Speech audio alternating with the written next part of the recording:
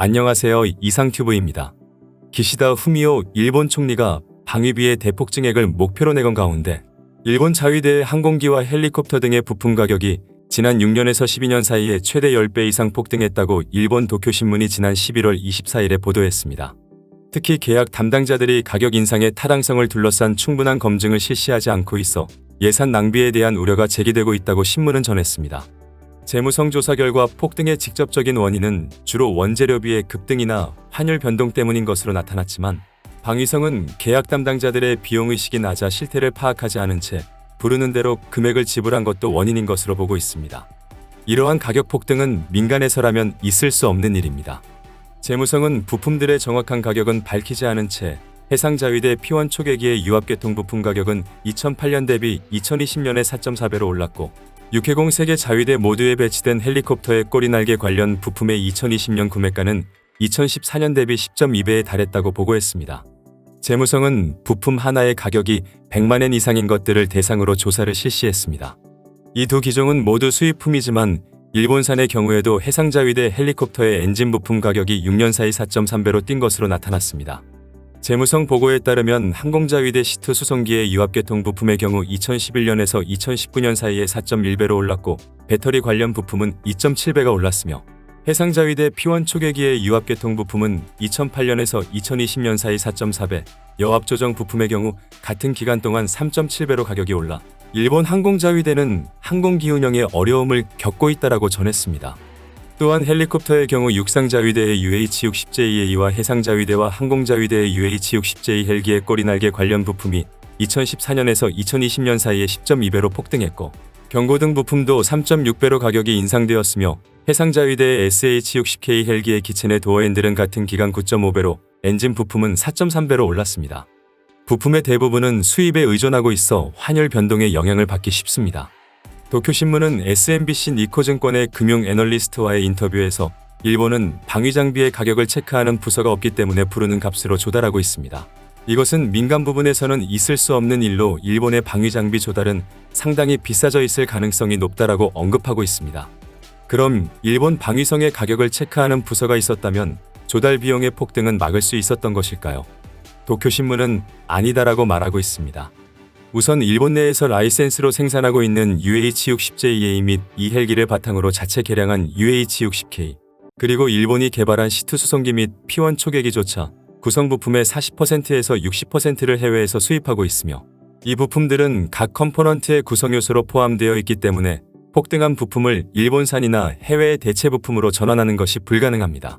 또한 일본 내에서 조달하고 있는 부품은 대부분이 자위대에서 독자적으로 사용하는 부품이어서 범용품으로의 전환이 어렵다고 일본 재무성은 지적하고 있고 따라서 가격을 점검하는 부서가 있다고 해도 시정할 수 있는 다른 수단이 없어 조달 비용의 급등을 막을 수 있을지는 의문입니다. 이러한 문제의 근본 원인은 소량 부품을 장기간에 걸쳐 조달하는 일본 특유의 장비 조달 방침의 원인이 있으며 일본의 방위산업체나 공급망 등의 업무를 가늘고 길게 유지해 방위산업 기반을 무조건 보호해야 한다라는 접근 방식으로 말하면 필요경비로 해석할 수도 있습니다. 그러나 현재는 일본의 방위장비 부품도 해외 장비 수준의 비용 대비 효과와 방산 기반의 유지를 동시에 요구하고 있으며 이 상반된 문제를 해소할 수 있는 수단은 방위장비 부품의 생산량을 확대하는 것 외에는 방법이 없어 방위장비 부품의 생산량을 늘리기 위해 일본산 무기의 해외 수출에 걸림돌이 되는 법규를 개정해 일본산 무기의 해외 수출을 추진했지만 일본의 방위장비는 해외 수출이나 제3국에서 운용하는 것을 전제로 설계되지 않았기 때문에 수출과 관련한 노하우도 부족하고 또한 방위장비 부품의 생산량 확대는 향후 몇십 년 단위로 정해야 하는 장기적 과제입니다. 즉, 현재로서는 단기적으로 일본에서 조달하고 있는 부품의 비용급 등을 막기 위해서는 조달 기간을 단축하는 것밖에 방법이 없습니다.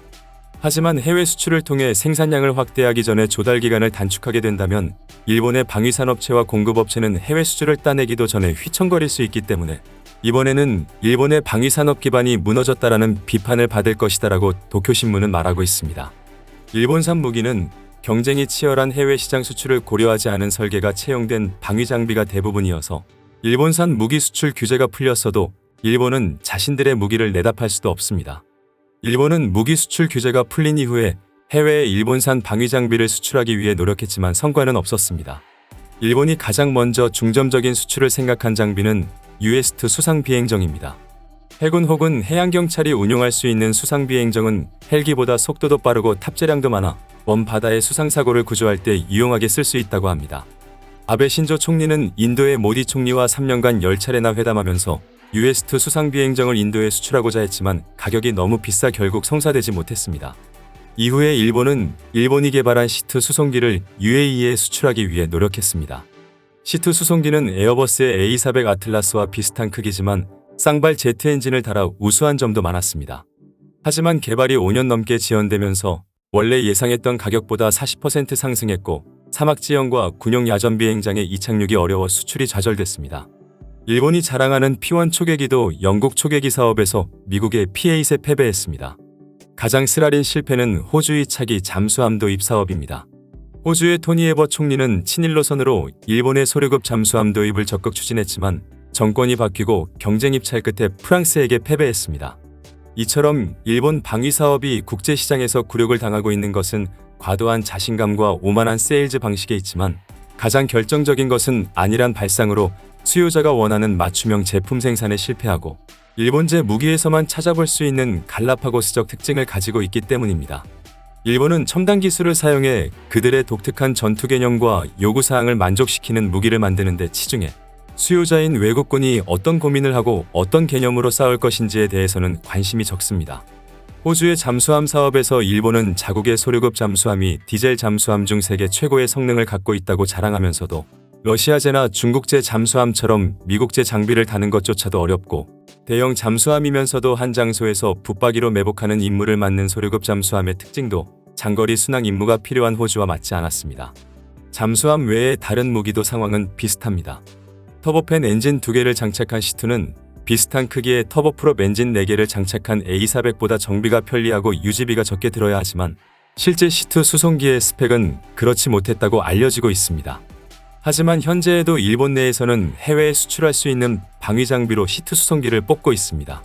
일본의 언론들은 지난 18일에 끝난 두바이 에어쇼에서 일본 방위성 및 제조회사 관계자가 참석하여 세일즈에 나섰다고 보도했습니다. 영국의 방위산업 전문 매체인 제인스도 지난 11월 18일에 두바이 에어쇼에 참석 중인 일본의 방위성 및 가와사키 중공업 관계자가 C2에 관련해 아랍에미리트와의 사전 협의가 결실을 보고 있다고 말했다고 보도했습니다. 일본의 항공자위대는 일본이 개발한 수송기 C2를 두바이 항공쇼에 파견하여 전시하고 있으며 일본의 이지스 항공참모총장도 지난 12일에 현지에 도착해 폴 보아르디 UAE 국방장관과 에어쇼에 참석하기 위해 모인 각국 공군 관계자들과 회담을 갖는 등 활발한 활동을 벌였습니다. 제인스의 취재에 응한 일본 방위성 및 가와사키 중공업 관계자는 아랍에미리트와의 사전 협의가 결실을 맺고 있다라고 말했다고 제인스는 보도했습니다. 또한 C2 수송기 프로그램 책임자는 제인스와의 인터뷰에서 일본은 중동 국가들과의 협력 가능성을 검토하고 있으며 일본 정부와 아랍에미리트 정부는 양국 간의 어떤 협력이 가능한지를 계속 논의하고 있다며 일본이 전시한 C2 수송기는 경쟁기에 비해 속도와 항속거리, 실용 상승한도가 뛰어나다고 주장했습니다. 하지만 외신을 찾아봐도 영국의 제인스가 일본이 C2를 중동에서 어필, 미국의 브레이킹 디펜스도 C2가 지상 전시와 비행 전시를 한다. 현지의 알바얀 신문은 보아르디 국방장관이 이지스 일본 공군 참모총장 등 게스트를 대접했다는 정도밖에 정보가 없어서 일본에 기대하는 것처럼 아랍에미리트에 대한 C2 수송기 수출이 가능한지는 아직 확실하지 않습니다. 여기에 앞서 말했듯 일본산 부품은 갈로파고스화가 되어 C2 수송기의 부품값은 많이 올라 수출은 더욱 어려워질 것입니다. 때문에 일본은 무기 및 항공기 도입 시 가격을 따지지 않는 중동의 부국인 아랍에미리트에게 마지막 희망을 걸고 있는 것으로 보입니다. 이상 마치겠습니다. 시청해주셔서 고맙습니다. 이상튜브였습니다.